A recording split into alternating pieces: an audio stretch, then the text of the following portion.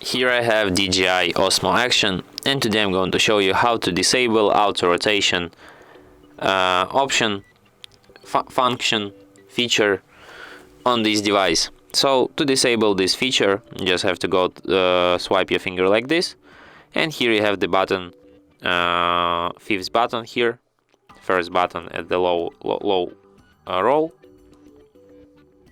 and here you can switch this rotation mode. So from auto you can switch to up, to down, and that's how it switches. That's how you can switch these rotation modes. As you can see now, my screen don't rotate anymore with my device. And that's it. Thanks for watching. If you find this tutorial useful, don't forget to hit that like button and subscribe to our channel.